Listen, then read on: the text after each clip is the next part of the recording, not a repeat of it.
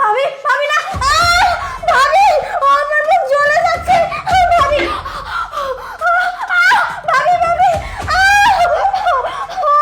ভাবি আমাকে ছেড়ে দিন, আমার মুখ পড়ে যাচ্ছে, ভাবি না না, ভাবি আমাকে ছেড়ে দিন, আমার মুখ জ্বলে পুড়ে ছাই হয়ে যাচ্ছে, ভাবি প্লিজ আমার সাথে এমন করবেন না, ভাবি আমাকে ছেড়ে দিন প্লিজ। তোর মুখ পুড়ে যাচ্ছে, তোর মুখ জ্বলে যাচ্ছে না, জ্বলানোর জন্যই তো আগুনের তাপে দিয়েছি। হেই, তুই যে এতগুলো রুটি পোড়ালি, এই রুটির ময়দার দাম কে দেয়? তুই দিস নাকি তোর বাবা দেয়? এই টাকা তো আমার স্বামী কষ্ট করেই আনে, তাই না? আর কাজ করার সময় তোর মন কই থাকে বল?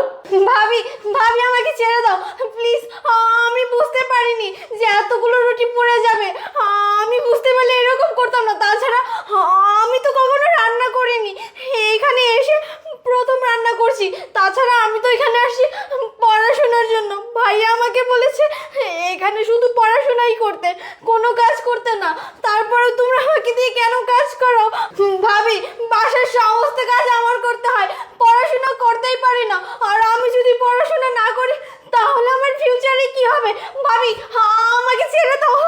কি বললি? তুই এখানে পড়ালেখা করতে এসেছিস? তুই কি মনে করছিস তুই এখানে বসে বসে পড়ালেখা করবি আর আমি তোকে রান্না বান্না করে খাওয়াবো, তাই না? আমি কি এই বাসার চাকরানি যে তোকে রান্না বান্না করে খাওয়াবো? আর শোন, তোর এই বাসায় থাকতে হলে বাসার সমস্ত কাজ করে তারপরে থাকতে হবে।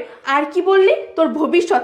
আমাদের ভবিষ্যৎ কি হবে এটাই ভেবে কুল পাচ্ছি না, আবার তোর ভবিষ্যৎ। তোরা দুই ভাই বোন যেভাবে আমাদের পিছনে পড়ে আছিস, মনে হচ্ছে আমাদেরই 2 দিন পর রাস্তায় নামতে হবে। তোর ভাই অসুস্থ, তার ওষুধের খরচ, তোর পড়াশোনার খরচ, এগুলা কিভাবে টানবো আমরা বল? মাহি! ভাইয়া ভাইয়া বোন, তোর এ কি অবস্থা? হ্যাঁ, তুমি আমার বোনের গাল কেন পুড়িয়েছো? কেন পড়িয়েছি? ও আমাদের মুখে চুনকানি লাগিয়েছে। মানে? ও বাইরে থেকে ছেলে নিয়ে এসে বাসায় ফষ্টি নষ্টি করে, এজন্য আমি ওর মুখ পুড়িয়ে দিয়েছি, যাতে করে কোনো ছেলে ওকে পছন্দ না করে আর কোনো ফষ্টি নষ্টিও যাতে না করতে পারে। হেই, তোর এত বড় সাহস! তুই কত সুস্থ স্বাভাবিকভাবে বলে দিচ্ছিস আমার বোন বাসায় ছেলে নিয়ে এসে নষ্টামি করে, এই জন্য তুই আমার বোনের মুখ পুড়ে দিয়েছিস। এই, কি ভেবেছিস আমি কিছুই জানি না? আমি সব কিছু জানি।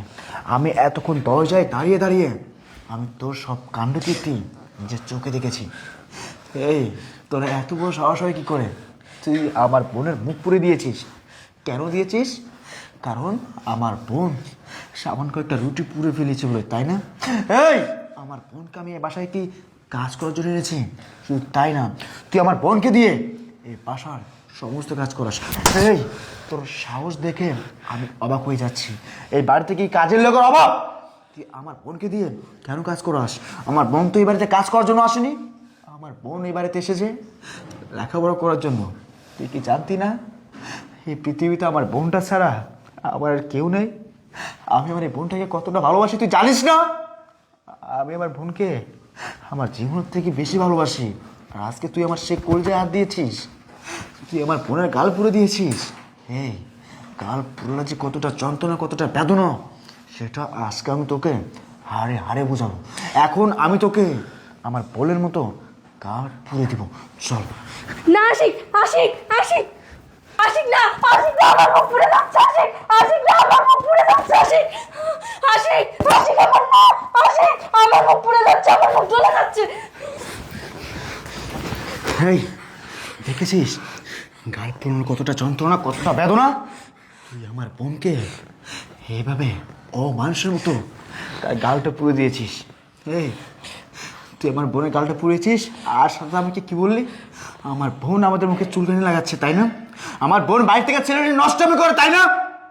এই, তুই কি ভাবছিস আমি কিছু জানি না? আমি সব কিছু জানি। এই, তুমি সব কিছু জানো মানে? কি জানো? আমি কি জানি শুনতে চাস তুই? শোন তাহলে।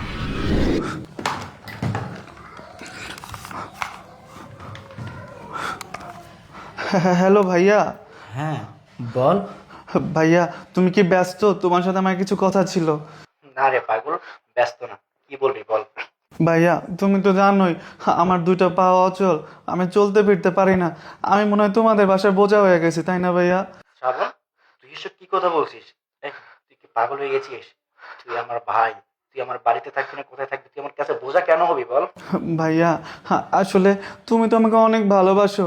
আসলে আমি এখানে থাকি, আমি কোনো কাজকর্ম করতে পারি না। আমার মনে হয় ভাবির অনেক কষ্ট হয়ে গেছে, এর জন্য ভাবি আমারে দুই বেলা এক বেলায় ওষুধ দেয় না, এমনকি আমার খাইতেও দেয় না।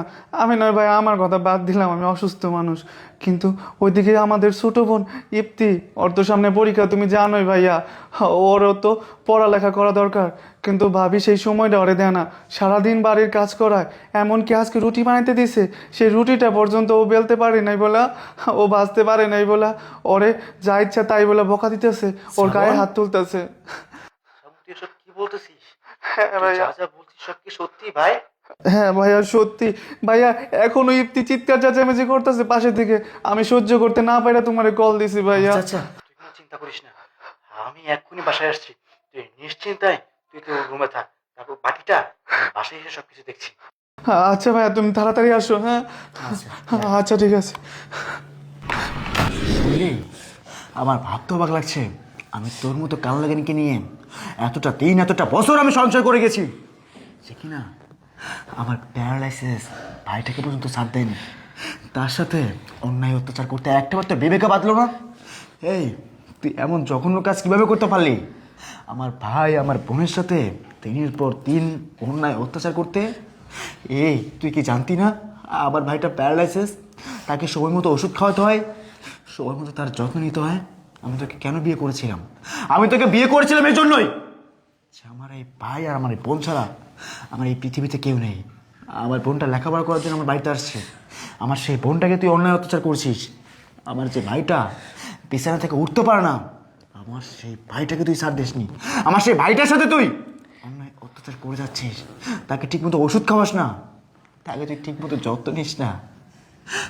এই আমার এই ভাই বোন আবার কলিজা, তাদের কিছু হয়ে গেলে আমি কখনো ঠিক থাকতে পারবো না। ভাই তুই আজকে যে কাজটা করেছিস এটা মোটেও ঠিক করিসনি, বিশ্বাস কর। এটা না আমি আর নিতে পারছি না, এই দিনটা আমি আর মেনে নিতে পারছি না, কারণ আমি কখনো আশা করিনি যে আমার ভালোবাসার মানুষ, আমার ভালোবাসার স্ত্রীর কাছ থেকে এমন একটা দিন আমাকে দেখতে হবে। শোন, তুই যা করেছিস তোর হয়ে তুই অনেক ভালো করেছিস, আমি আর তোর সাথে সংসার করতে চাই না, তোকে আমি আর আমার চোখের সামনে এক সেকেন্ডও দেখতে চাই না। তুই এখন এই মুহূর্তে আমার বাসা থেকে বের হয়ে যাবি, যা বলছি। আশিক না, আশিক আশিক। বোন, বোন আমার, তুই আমাকে ক্ষমা করে দিস বোন। আমি কখনো ভাবতেও পারিনি যে তোর বাবুই তোর সাথে এরকম খারাপ আচরণ করবে। বোন, আজকের পর থেকে তোকে আর এইসব বাসার কোনো কাজ করতে হবে না, তুই ঠিকমতো লেখাপড়া করবি, ঠিকমতো খাওয়া দাওয়া করবি,